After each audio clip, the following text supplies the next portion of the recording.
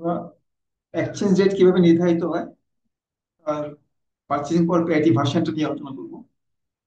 Exchange rate নির্ধারণের অনেকগুলো তত্ত্ব আছে, যেমন monetary view of exchange rate determination, portfolio balance approach to the determination of exchange rate, এবং আরেকটা হলো purchasing power parity view of the exchange rate. আমরা এই পার্চেসিং পাওয়ার প্যারিটি ভিউ নিয়ে আমরা আলোচনা করবো যে কিভাবে এক্সচেঞ্জ রেট নির্ধারিত হয়। এবং এখানে আমরা তিনটা ভার্সন নিয়ে আলোচনা করবো পার্চেসিং পাওয়ার প্যারিটি থিওরি।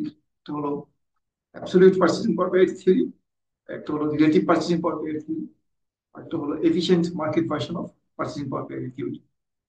এর মধ্যে প্রথম দুটো হলো একটা ইকোনমি যে কারেন্ট অ্যাকাউন্ট ব্যালেন্স আছে সেই কারেন্ট অ্যাকাউন্ট ব্যালেন্সের সাথে সম্পর্কিত বা কারেন্ট অ্যাকাউন্ট ব্যালেন্সের উপর নির্ভর করে এক্সচেঞ্জ রেটটা। থার্ড যে ভার্সনটা আমরা বলছি efficient market view of purchasing power parity theory of exchange rate, সেটা মূলত ক্যাপিটাল অ্যাকাউন্টের উপর নির্ভর করে। কিভাবে এই তিনটা তত্ত্ব কাজ করে বা এই তিনটা তত্ত্ব অনুযায়ী এক্সচেঞ্জ রেট নির্ধারিত হয় সেটা আমরা দেখাবো। আমরা এখানে তিনটা ভার্সন দিয়ে আলোচনা করবো। একটা হচ্ছে আমাদের পার্চেসিং পাওয়ার প্যারিটি,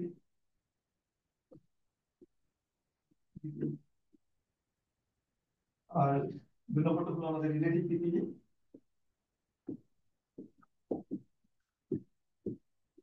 আর তিন নম্বরটা হলো আমাদের efficient market view of PPD.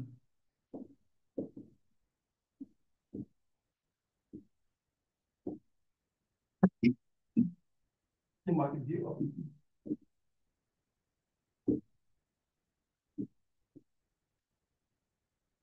Exchange rate. প্রথম যে তত্ত্বটা অ্যাবসলিউট পিপিডি, এটা মূলত গড়ে উঠেছে law of one plus three. Law of one plus three based on দুটোই আমাদের কারেন্ট অ্যাকাউন্টের উপর নির্ভর করে। আমরা যে অ্যাবসলিউট পিপিডি সেটা আমরা বলছি যে based on law of one plus, law of one plus. Law of one প্লাসটা হলো যে যে কোনো পণ্য, একই মানের পণ্য, একই কোয়ালিটির পণ্য যেখানে বিক্রি হোক না কেন, যদি কোনো প্রকার ট্রান্সপোর্টেশন কস্ট না থাকে পণ্য পরিবহনের ক্ষেত্রে, সেক্ষেত্রে যে কোনো পণ্য যে কোনো জায়গায় একই দামে বিক্রি হওয়া উচিত। অন্যথায় যদি একই দামে বিক্রি না হয় তাহলে ট্রেডারের পক্ষে পণ্যকে মুভ করে আনলিমিটেড অ্যামাউন্টে প্রফিট করা সম্ভব, যেরকম আর্বিট্রাজ প্রফিট করি, প্রফিট করা সম্ভব। এটা করতে গেলে যে দাম, যে ভিন্নতা, সে দামের ভিন্নতা থাকবে না। আমরা যদি এটাকে প্রথম থেকে যেভাবে ব্যাখ্যা করি, প্রথম থেকে বেসিক করে দ্বিতীয় তত্ত্বটা গড়ে উঠেছে যে এক্সচেঞ্জ রেটটা এমন হওয়া উচিত যাতে করে দুটো কারেন্সির পার্চেসিং পাওয়ার একই রকম, অর্থাৎ দুটো কারেন্সি একই পণ্য কিনতে পারবে এমন হওয়া উচিত। আমি এইভাবে বলি যে যদি ডোমেস্টিক প্রাইস যদি পি হয়, ডোমেস্টিক প্রাইস, আর ফরেন প্রাইস যদি পি স্টার বা পি এফ স্টার যদি হয় ফরেন প্রাইস, তাহলে যে আমি যদি এটাকে হোম কারেন্সিতে কিনে তৈরি যদি আমি, এবং এই হোম কারেন্সিকে যদি আমি কনভার্ট করি ফরেন কারেন্সিতে, তাহলে বিদেশে ওই পণ্যের দামটা একই রকম। বা অন্যভাবে বলতে পারি যে এটি যদি ডলার প্রাইস যদি হয়, এটি যদি টাকা প্রাইস হয়, তাহলে ডলারের সাথে টাকা যে এক্সচেঞ্জ রেট, এটা যেতে আমাকে এক্সচেঞ্জ রেট দিয়ে গুণ করতে হবে। অর্থাৎ $1 কিনতে কত টাকা লাগে, তো আমি যদি এটাকে আমি এক্সচেঞ্জ রেট দিয়ে গুণ করি ই দিয়ে, তাহলে দুটো সমান হবে। এটাকে আমি যদি ই দিয়ে গুণ করি, ই দিয়ে এখানে এক্সচেঞ্জ রেটকে দুভাবে চিন্তা করা যায়। এক্সচেঞ্জ রেটটাকে একটা হচ্ছে ফরেন কারেন্সির এক ইউনিট কিন্তু কত টাকা লাগে, আমরা এভাবে চিন্তা করতে পারি এক্সচেঞ্জ রেটকে। অথবা অন্যভাবে চিন্তা করা যায় এক্সচেঞ্জ রেটকে যে যে এক ডোমেস্টিক কারেন্সি কেনার জন্য কত ইউনিট ফরেন কারেন্সি লাগে, অর্থাৎ $1 বিনিময়ে কত ডলার পাওয়া যাবে, তো আমরা কয়েক সেন্ট পাবো টাকার বিনিময়ে। অথবা উল্টো দিকে চিন্তা করলে $1 দিয়ে কয় টাকা পাবো, তো দিয়ে মতো আমরা 120 টাকা পাবো। দুভাবে চিন্তা করা যায়। সাধারণত বড় কারেন্সিটাকে এক ইউনিট, এক ইউনিট হিসেবে ধরে ছোট কারেন্সিটাকে বেশি মার্কেট ইউনিটে চিন্তা করা হয়। অর্থাৎ কমন যে কনভার্সন টেকনিক, সেটা হলো $1 সমান কত টাকা, $1 সমান কত ডলার না, $1 সমান কত টাকা, এভাবে চিন্তা করা হয়।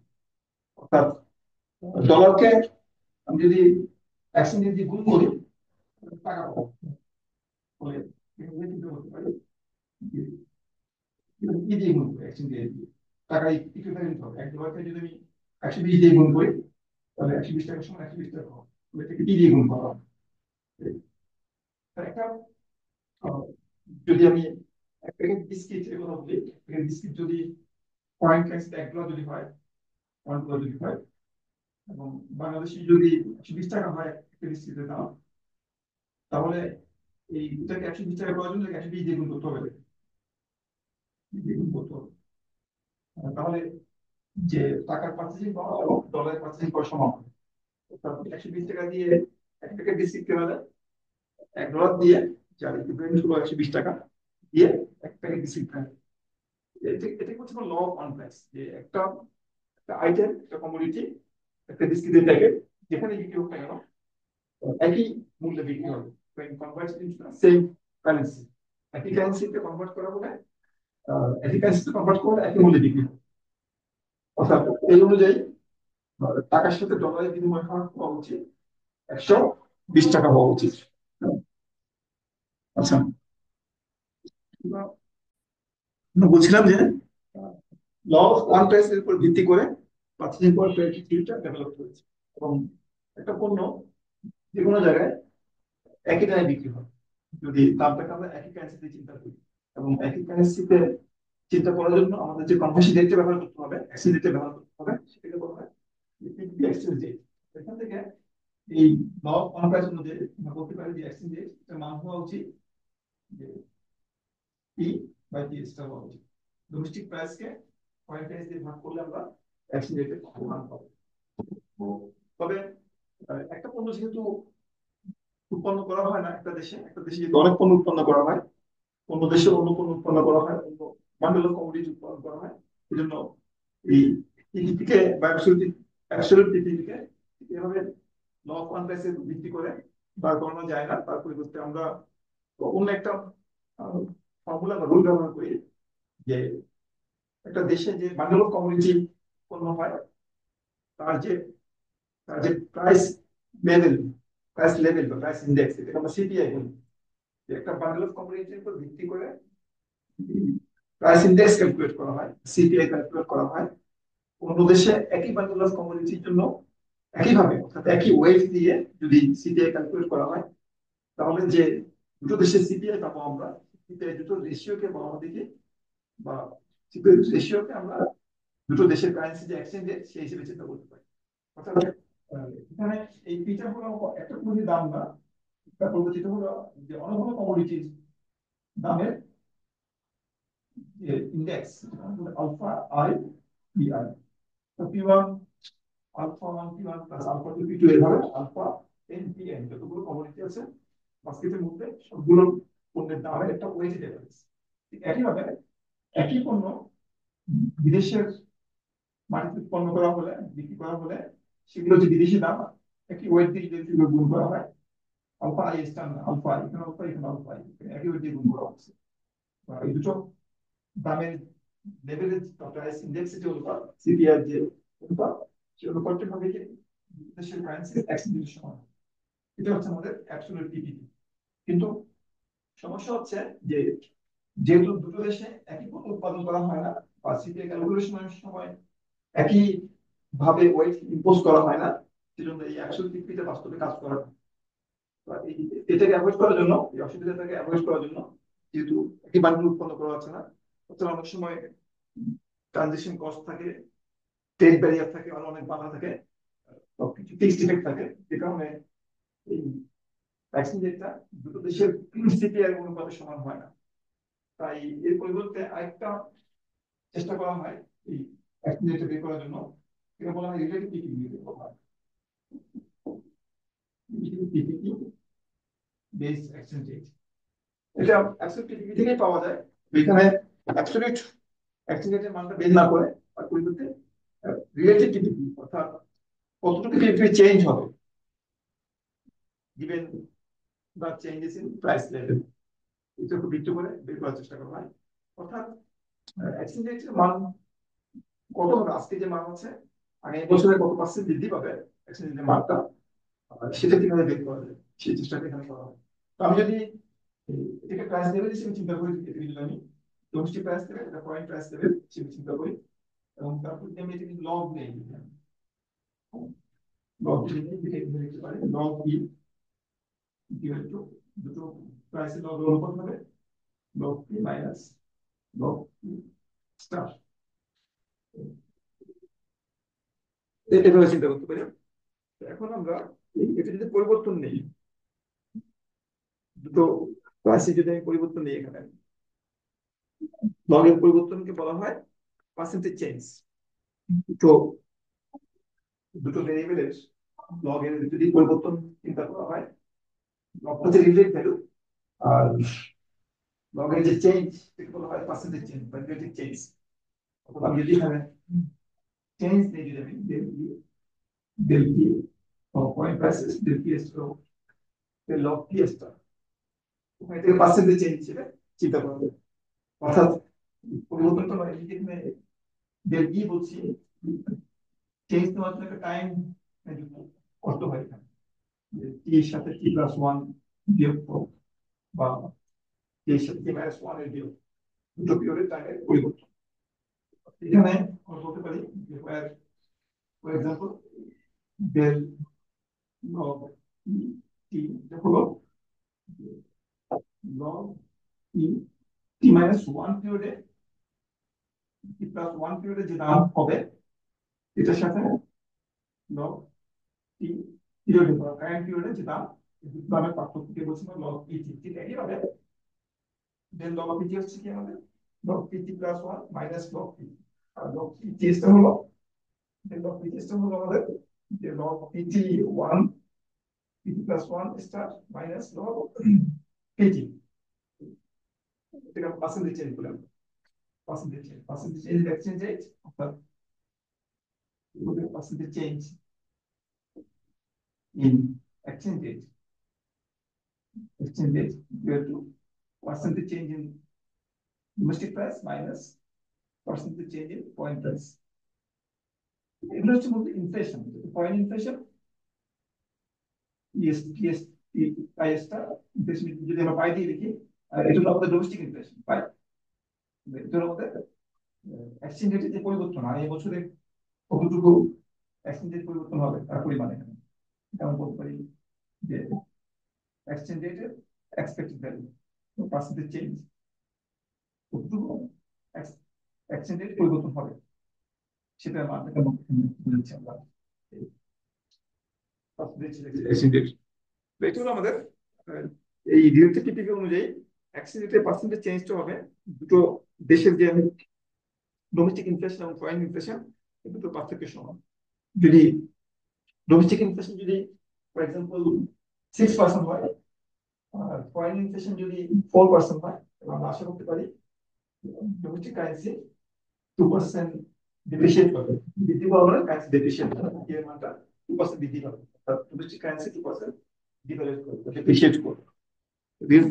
রিলেটিভ পিপিপি থিওরি এক্সচেঞ্জ রেটের অ্যাবসলিউট মানকে প্রেডিক্ট করে না, তার পরিবর্তে এক্সচেঞ্জ রেটের যে পার্সেন্টেজ চেঞ্জ সেটাকে প্রেডিক্ট করার চেষ্টা করে based on the domestic and foreign inflation. এটা হলো আমাদের সেকেন্ড কোশ্চেন। আজকে থার্ড কোশ্চেনটাকে একটু ডিটেইল আলোচনা করার চেষ্টা করবো। একটু কোশ্চেনে নির্ভর করে কারেন্ট অ্যাকাউন্ট, কারেন্ট অ্যাকাউন্ট ভিত্তি করে দুটো এক্সচেঞ্জ রেটকে বর্ণনা করা বা ব্যাখ্যা করা।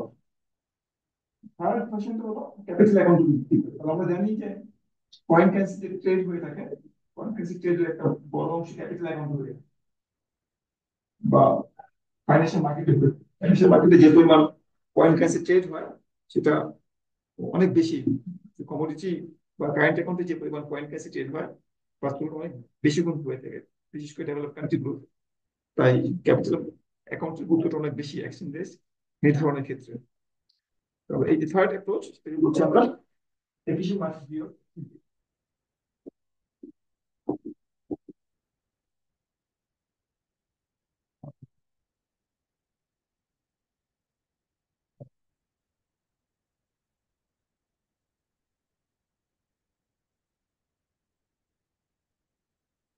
ফাইন্যান্সিয়াল মার্কেটের উপর বেস করে যেহেতু গড়ে উঠেছে, ফাইন্যান্সিয়াল মার্কেটের থিওরি গুলো এখানে অ্যাপ্লাই করা হবে। আমরা যে থিওরিটা এখানে অ্যাপ্লাই করবো এটাকে বলা হয় uncovered interest rate price condition.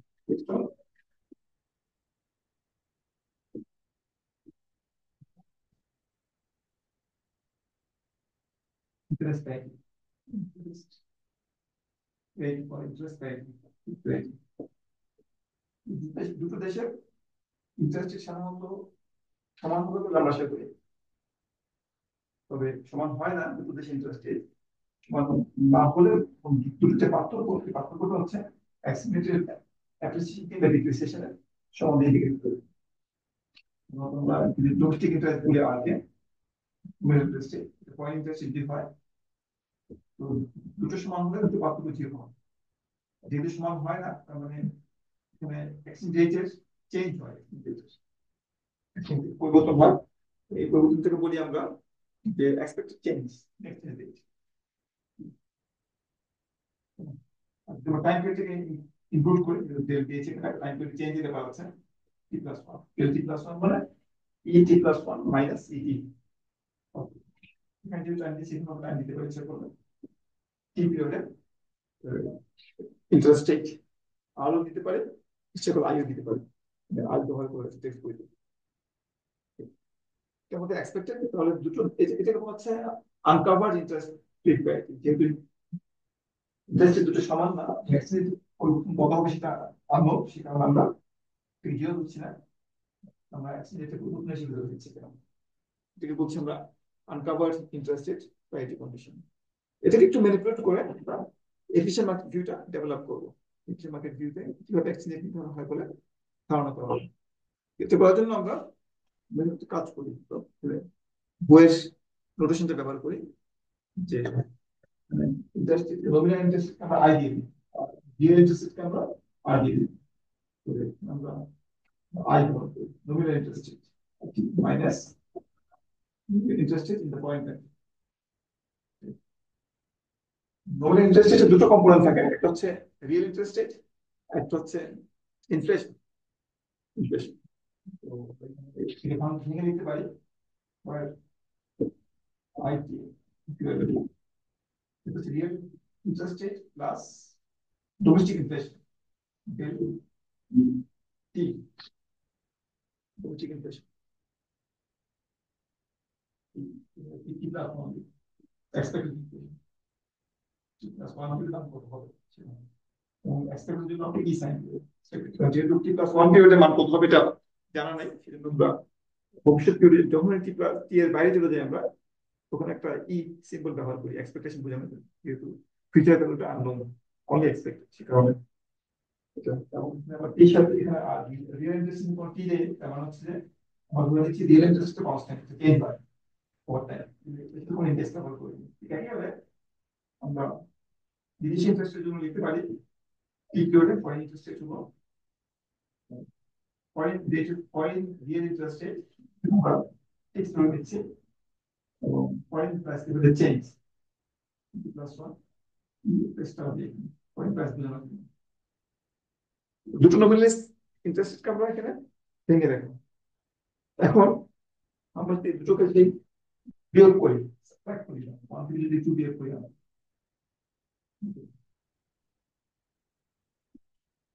আমরা পাবো i e minus i plus two. দুটো দেশের ইন্টারেস্ট যে পার্থক্য সেটা হবে r minus r star, real ইন্টারেস্টের পার্থক্য প্লাস ডোমেস্টিক ইন্টারেস্টের পার্থক্য, ইনফ্লেশনের পার্থক্য plus one minus star plus one. বলতে পারি আমরা ডোমেস্টিক ইনফ্লেশন ডোমেস্টিক প্রাইস লেভেলে পরিবর্তন, ফরেন ইনফ্লেশন এক্সপেক্টেড, যেটা টি প্লাস ওয়ান পিরিয়ডে দাম সেটা বলছে। এখন দুটো দেশের রিয়েল ইন্টারেস্ট যদি সমান হয়, দুটো দেশের রিয়েল ইন্টারেস্ট যদি সমান হয়, আর যদি আর স্টার, তাহলে আমরা এই চিহ্ন পরিবেশন থেকে সংকেত করে দিতে পারি, করে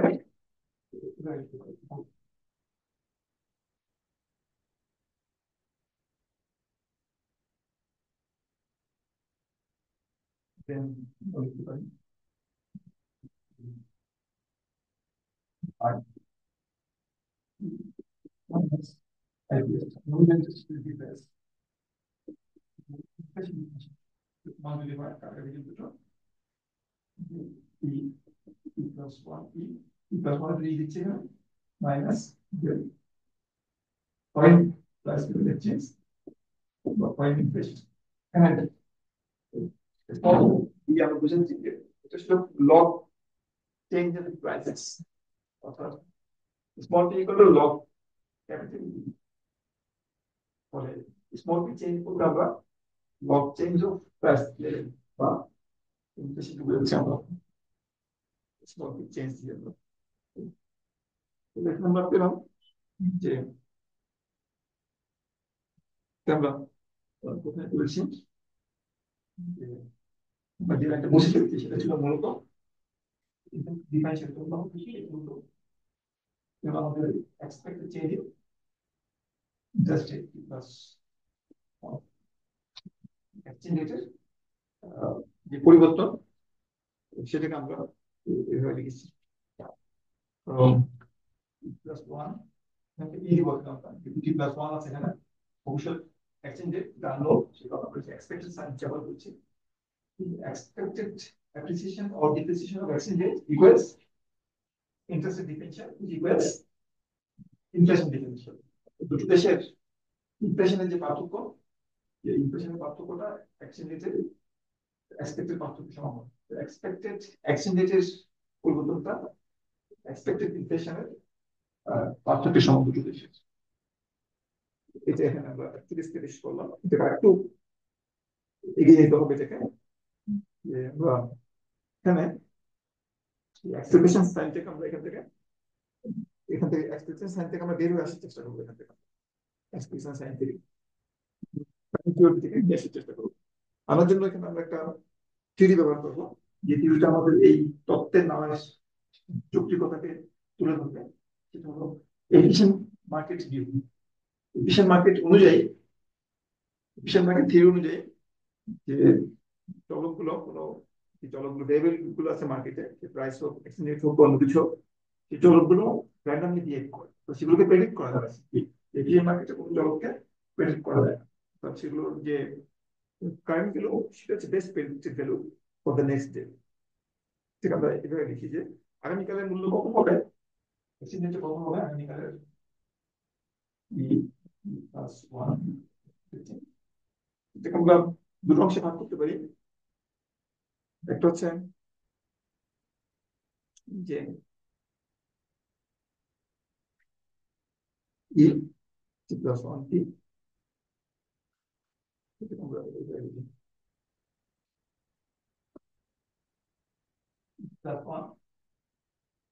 আগামীকালের মূল্য কত হবে সেটাকে আমরা লিখতে পারি ডেল ই প্লাস 1 ই এক্সপেক্টেড ভ্যালু প্লাস একটা র্যান্ডম এরর র্যান্ডমটা আমরা লিখবো ই মানে এখানে গ্রিড অ্যাপসিলন দিয়ে দিলাম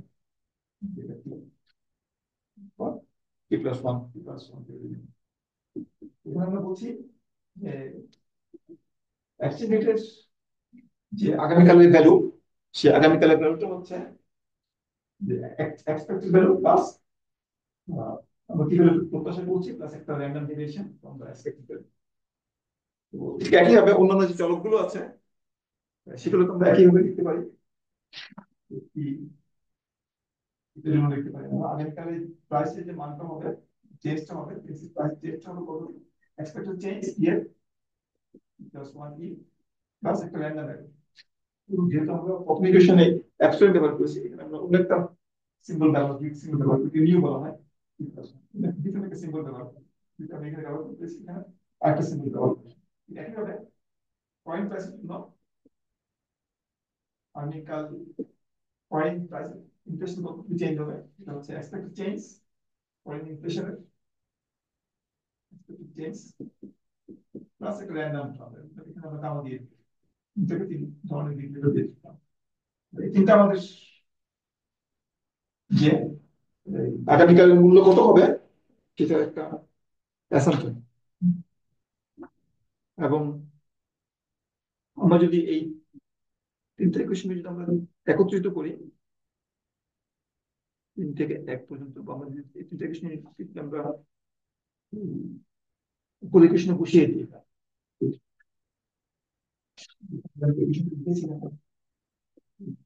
এই মানটা যদি আমরা এখানে বসিয়ে দিই, এই মানটা যদি আমরা এখানে বসিয়ে দিই, মানটা যদি এখানে বসিয়ে দিই, এখান থেকে এই মানটা পাওয়া যায়। এটাকে যদি আমি বাম পাশে নিয়ে আসি, তাহলে ডেল ই টি প্লাস ওয়ান এই মানটা পাওয়া যায়। এখানে বসিয়ে দিলে এই তিনটা মানে যদি আমরা এই তিনটা মান লিখলাম, আমরা তিনটা মানে যদি আমরা এই ইকুয়েশনে বসিয়ে দিই, আমরা 4 নম্বর হয়ে যাবে, 5 করে দিই। 5-এর মানগুলো যদি 4-এ বসিয়ে দেওয়া হয়, বসিয়ে দিলে আমরা ইকুয়েশন মান 0 অ্যাকশন ডেটা সম্পর্কে আইডিয়া পাবো, ধারণা পাবো।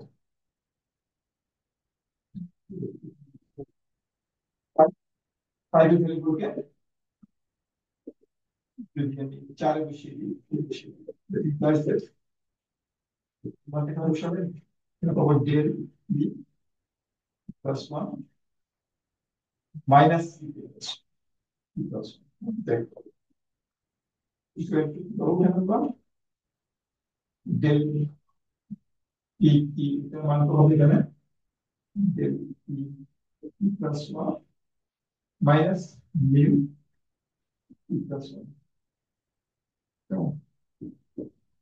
মাইনাস, এখানে মানটা বসিয়ে দেওয়া হয়, আমরা পাবো এখানে ডেল ই প্লাস 1 স্টার এটা বসিয়ে মাইনাস গামা ই প্লাস 1 এই মানটা পাবো। এখান থেকে আমরা র্যান্ডম টার্মগুলোকে একপাশে রাখবো, ডান পাশে রাখবো, আর যেগুলো র্যান্ডম টার্ম না, ভেরিয়েবল যেগুলো আছে, অন্য ভেরিয়েবল যেগুলো আছে সেগুলোকে আমরা বাম পাশে রাখবো। বাম পাশে দেখে এই ইকুয়েশনটা অনেকটা এমন দেখাবে যে ডেল ই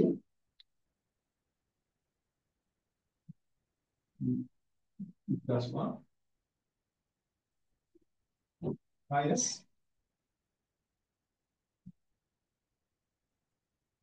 মাইনাস ডেল ই ই প্লাস 1, আর এটিকে পাশে নিয়ে আসলাম প্লাস ডেল ই স্টার ই প্লাস 1। চলকে পাশে নিয়ে আসতে পারো, র্যান্ডম টার্মগুলোকে ডান পাশে নিয়ে যাবে সবগুলোকে, এটাকে পাশে নিয়ে গেলে হবে E plus 1 minus mu T plus 1 minus mu gamma plus 1। একটা টার্ম লিখতে পারি, সবগুলো র্যান্ডম টার্মের যোগফল বা বিয়োগফল, এগুলোকে আরেকটা র্যান্ডম টার্ম হিসেবে লেখা যাবে। আর এখানে এটা হচ্ছে আমাদের যে এক্সচেঞ্জ রেটের পরিবর্তন, এক্সচেঞ্জ রেটের পরিবর্তন টি প্লাস 1 পিরিয়ডে, সেই এক্সচেঞ্জ রেটের পরিবর্তনটা হলো যে এখান থেকে নমিনাল এক্সচেঞ্জ রেট পরিবর্তন, এখন ইনফ্লেশন থেকে বাদ দিচ্ছি, ডোমেস্টিক বা লোকাল ইনফ্লেশনকে বাদ দিচ্ছি, আর ফরেন ইনফ্লেশনকে যোগ করছি। এটাকে তিনটাকে একত্রিত করে আমরা এটাকে বলা যায় যে রিয়েল এক্সচেঞ্জ রেটের পরিবর্তন। এটাকে কিভাবে বলা যায়, নমিনাল এক্সচেঞ্জ রেটের পরিবর্তন, domestic inflation plus foreign inflation. তো এই তিনটার যে নেট ভ্যালু সেটাকে আমরা বলতে পারি নমিনাল এক্সচেঞ্জ রেট, বলতে real exchange rate cutie plus 1 বলতে পারি, কিউটি প্লাস 1। এটা একটা র্যান্ডম টার্ম, এটা র্যান্ডম টার্ম যেটা আমরা ইউটি বলতে পারি। ইউটি হচ্ছে একটা কম্পোজিট র্যান্ডম টার্ম, যেগুলো বাকি তিনটা র্যান্ডম টার্মের কম্পোজিশন বোঝাচ্ছে এখানে। তো এটা যে মূল বক্তব্য সেটা হলো যে আমরা এটা আমাদেরকে আমরা ভেঙে দিতে পারি, ডেল কিউটি প্লাস 1 মানে হচ্ছে কিউ প্লাস 1 মাইনাস কিউটি, দুটো পার্থক্য ইকুয়াল টু কিউটি। এটা একটা কম্পোজিট র্যান্ডম টার্ম বা র্যান্ডম টার্ম সিম্পলি। তো এটাকে যদি ডান পাশে নিয়ে যাই আমি, তাহলে আমি লিখতে পারি q t plus 1 equal to q t plus u t. এটাই আমাদের efficient view of the exchange rate, যেখানে কিউ হলো real exchange rate, nominal exchange rate না, কিন্তু হচ্ছে আমাদের রিয়েল এক্সচেঞ্জ রেট। এবং রিয়েল এক্সচেঞ্জ রেটের মান আগামীকাল কত হবে, এই বছর কত হবে, ফর এক্সাম্পল, এটা নির্ভর করে বর্তমান বা current exchange rate, real exchange rate plus some random term. অর্থাৎ এটা, এটাকে আমরা অনেক সময় বলি র্যান্ডম অফ মডেল বলে থাকি। যখন ভবিষ্যৎ মান বর্তমান মানের উপর নির্ভর করে প্লাস একটা র্যান্ডম ডেভিয়েশনের উপর নির্ভর করে, তখন ওই চলকটাকে বলি আমরা, সেটা সেটা হচ্ছে একটা র্যান্ডম ওয়ার্ক মডেল ফলো করে, সেটা এটাকে প্রেডিক্ট করা যায় না, যে আগামীকালটার মূল্য কত হবে সেটা প্রেডিক্ট করা যায় না। এবং কারেন্ট ভ্যালুটাকেই আগামীকালের আগামীকালের বেস্ট প্রেডিকশন হিসেবে চিন্তা করা হয়। অর্থাৎ রিয়েল এক্সচেঞ্জ রেটটা থেকে প্রেডিক্ট করা যায় না। এটা হলো আমাদের efficient market view of exchange rate. এই দুটো আমাদের যে ভিউ দুটো আছে, একটা হচ্ছে আমাদের, একটা হচ্ছে আমাদের যে current account based view of exchange rate, আমরা অ্যাবসলিউট টিপিপি এবং রিলেটিভ টিপিপির কথা বলেছি। একটা capital market based TPP, efficient market view of TPP, সেখানে আমরা রিয়েল এক্সচেঞ্জ রেটের উপর ভিত্তি করে বলছি। এবং যখন একটা চলক র্যান্ডম মডেল ফলো করে, তখন তার যে চেঞ্জ হয়, চলকের মানে যে পরিবর্তন হয়, সেই পরিবর্তনটা হয় পার্মানেন্ট চেঞ্জ। ইউজুয়ালি যদি কিউটি প্লাস ওয়ান এগুলো যে কিউটি প্লাস ইউটি হয়, তার যদি র্যান্ডম মডেল ফলো করে, তাহলে কিউটি যে যদি কখনো পরিবর্তন হয়, সেটা সেটা আগে থেকে ফিরে আসবে না, বলতে পারি, বলতে পারি র্যান্ডম মডেল অনুযায়ী একটা চলকের যখন পরিবর্তন হয়, সেই পরিবর্তন পার্মানেন্ট আগে থেকে ফিরে আসবে। কিন্তু আমরা যে কারেন্ট অ্যাকাউন্ট মডেলে বা অ্যাবসলিউট টিপিপি এবং টিপিপিতে আমরা যে ব্যাখ্যা পেয়েছি এক্সচেঞ্জ রেটের, সেই ব্যাখ্যা অনুযায়ী কোনো কারণে যদি এক্সচেঞ্জ রেট পরিবর্তন হয় টেম্পোরারিলি, সেটা আগের জায়গায় ফিরে আসবে। যেটা আমরা সময় বলি মিন রিভার্সন বা মিন রিভার্টিং চেঞ্জ। কখনো শর্ট রানে যদি এক্সচেঞ্জ রেট যদি পরিবর্তন হয় কোনো কারণে, ই এর মানটা যদি, এটা আবার আগের জায়গায় ফিরে আসবে to maintain the absolute exchange rate. অর্থাৎ এক্সচেঞ্জ রেটের যে আমাদের ধারণা, দুটো দেশের দামের অনুপাত,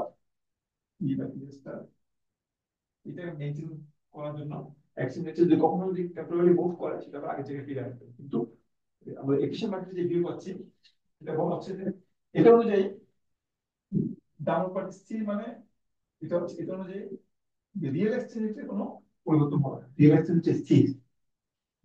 রিয়েল এক্সচেঞ্জ আমরা এভাবে ডিফাইন করি, যদি পাশে নিয়ে যাওয়া হয়, এবারে 1 equal to p by EP star.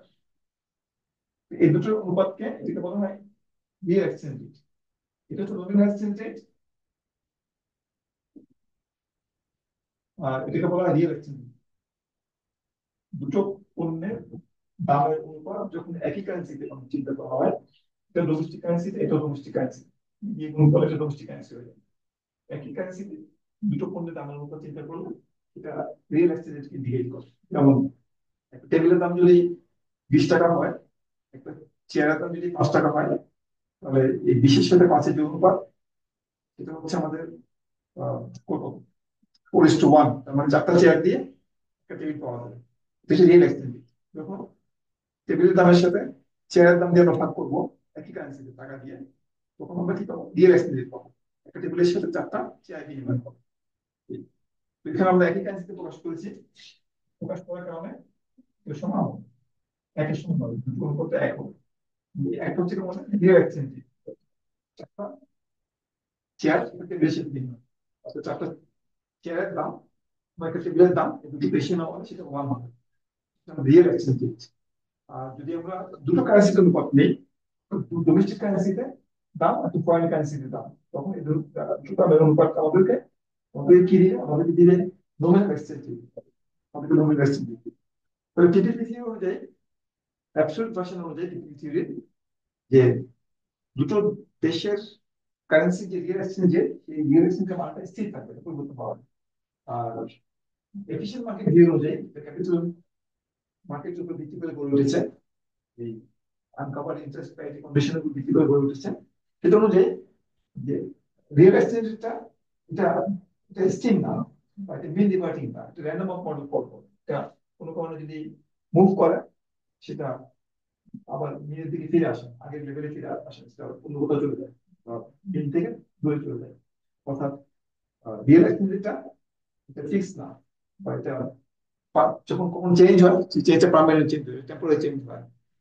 এটা তো এটা হলো আমাদের efficient market view of real activity.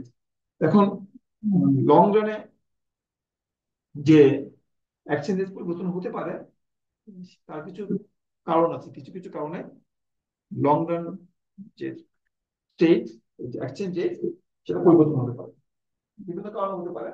Long run exchange rate পরিবর্তন হতে পারে, ট্রেড রেস্ট্রিকশনের কারণ হতে পারে, যেমন ট্যারিফ, কোটা, যদি ইম্পোর্ট করা একটা কান্ট্রির মাধ্যমে, অন্য কান্ট্রি যদি সে অনুপাতে বা একই অনুপাতে যদি ইম্পোর্ট না ইম্পোজ না করে রেস্ট্রিকশন গুলো, তাহলে আমাদের টিপিপির মধ্যে আমরা বা টিপিপি যে কার্যকারিতা সেটা বা লঙ্ঘিত হতে পারে। তো এই কার্যকারিতা তো থাকবে না, ত্যাগ করতে পারে।